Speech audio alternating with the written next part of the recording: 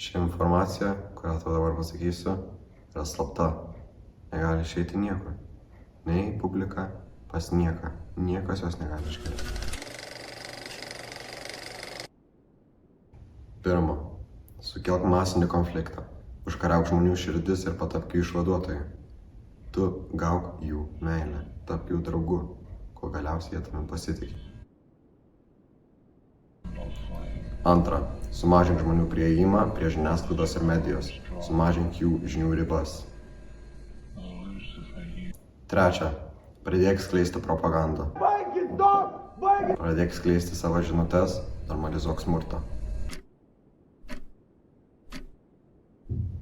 Ketvirta, pripratinę žmonės prie smurto, prieš opoziciją pradėk priešintis fiziniais veiksmais. Ginklai, tankai, ginkluotės, masinės operacijos, taip pat slaptos operacijos.